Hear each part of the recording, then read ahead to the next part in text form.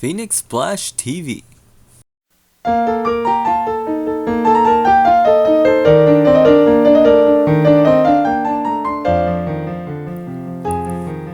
Well, hello and welcome to another Game Analyzer. Do you play wrestling games? If you think you do, then you're probably familiar with your SmackDown vs. Raw games. But those aren't wrestling games, they're sports entertainment, right? There's only one set of true wrestling games and only the die-hard wrestling fans know about it. These games are the Fire Pro Wrestling games. I'm mainly going to talk about Fire Pro Wrestling Returns on the PS2 and Fire Pro Wrestling D on the Dreamcast, which only came out in Japan.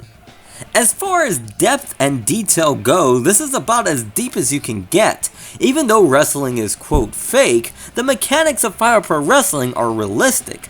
Seeing how you can get tired, cut open, and so forth. You have all styles of wrestling, from lucha libre to heel, and unlike the WWE games, each style is balanced. The problem with the WWE games is that the high flyers always get the short end of the stick. This is because you press a button to counterattack, and as the high flyer twists in the air, it's easy to time your counter. In Fire Pro Wrestling, there is no button to counter. Your character will counter on his own, depending on which buttons you press and which moves your opponents do.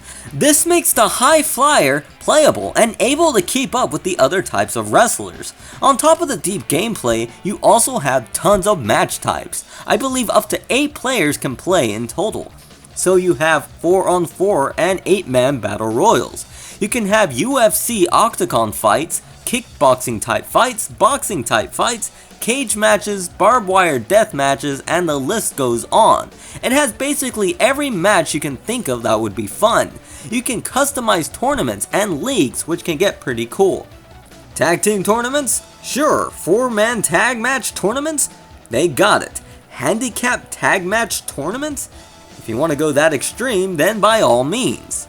Now, you can't talk about Fire Pro Wrestling without mentioning the creative aspect, and for this part, I'll be referring to Fire Pro Wrestling Returns because, well, I can't read Japanese. You can basically create every wrestler you name. Want Rey Mysterio? Go ahead. They have his mask, his looks, and his moves. They have just about every move that every wrestler has done. Now keep in mind, the game is kind of dated, so you won't see your double moonsaults or that double senton thing Prince Puma does.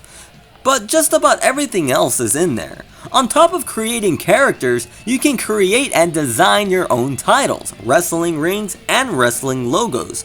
If you want, you can retire every one of the already made characters and then just fill the game with your own, which is basically like an RPG maker for wrestling games.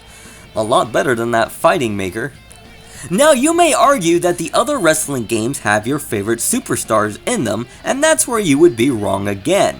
Even without creating any character, you have Sting, Triple H, X-Pac, Scott Steiner, Kane, and more. Like I said, it's dated, but they're all still wrestling. On top of that, you have legends from Japan like Hayabusa, Taka Michinoku, the Great Sasuke, and Jushin Thunder Liger. They also have legendary Mexican wrestlers too. Not to mention Andre the Giant. Like I said before, anything is possible with this game. X-Pac vs Andre the Giant? Go ahead and make your own dream matches come true. And if that wasn't enough, they even have parody music of both American and Japanese wrestlers, such as Goldberg's and Mr. Ganosuke's.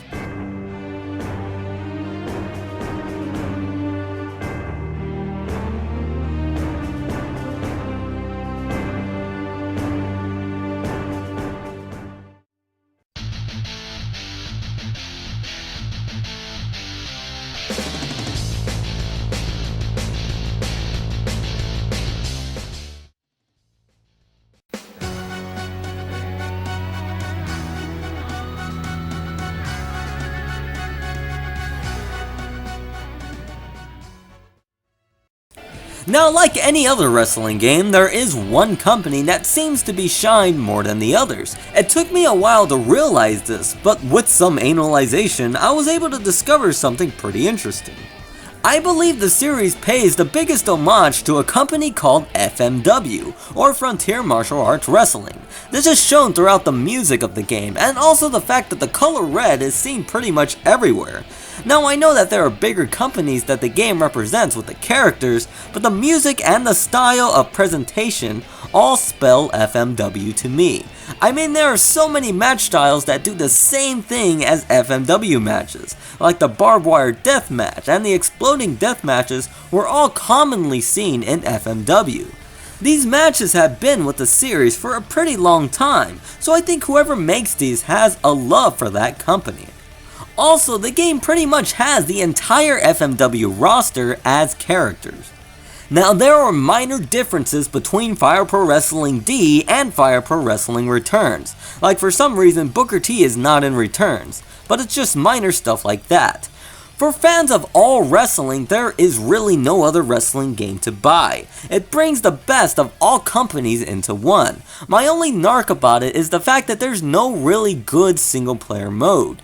They have Matchmaker in Returns, and in Fire Pro Wrestling D, it has kind of an arcade mode, but for the most part, I feel it could have done better at that. Fire Pro Wrestling also came out on the Game Boy Advance, and is single-handedly credited to breaking my D-pad, because it has an awesome single-player mode.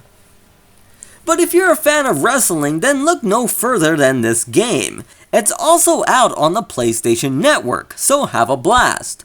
So, have you ever played this game, or are willing to give it a try? Leave it in the comments below. Also, who is your favorite wrestler? Mine is Hayabusa. I mean, he just kicks so much ass. Anyway, this is Game Analyzer, signing off.